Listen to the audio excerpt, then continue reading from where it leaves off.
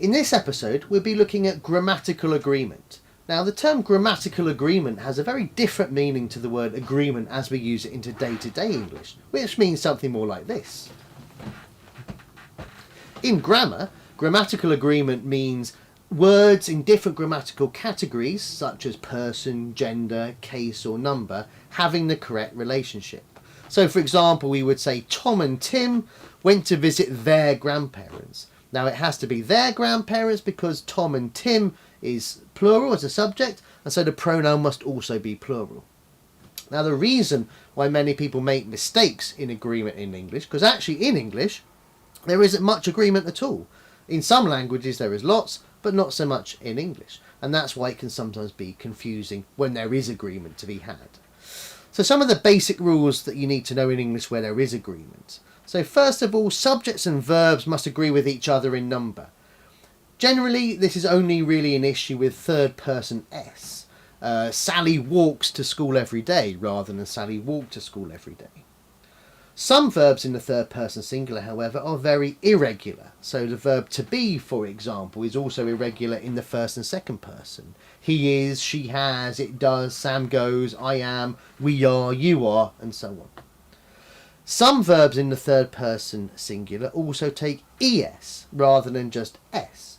And this happens when the verbs end in what's known as a sibilant sound. And a sibilant sound is something like sh or ch or s or z. So, for example, he brushes, es on the end, she marches, it passes, Sam buzzes. All of those have es on the end because of that sibilant sound. Next, we talk about singular indefinite pronouns. So these are words such as each, either, neither, one, nobody, nothing, anyone, anybody, anything, someone, somebody, something, everyone, everybody, everything. Now these words all need a singular verb, not a plural verb. Sometimes you might feel, well, everybody, where there's more than one person there, so it needs a plural verb, but generally in English there we would use a singular verb. So somebody is calling you, anything is possible. So next, plural indefinite pronouns. So these are words like several, few, both and many.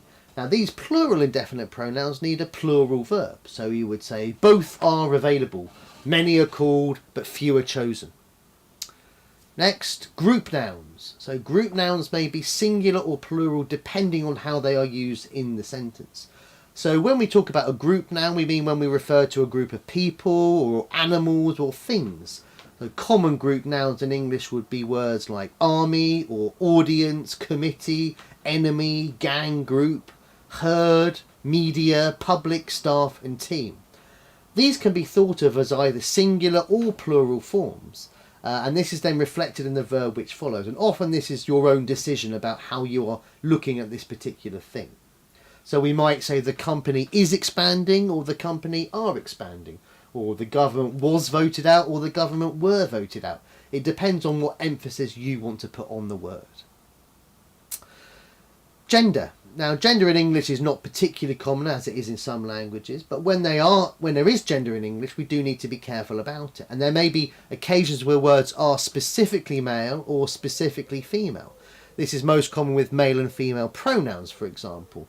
But it may also be the case with words which are neutral. So, the man arrived at his office, my mother went to her class, the train arrived at its destination. So that last one being neutral.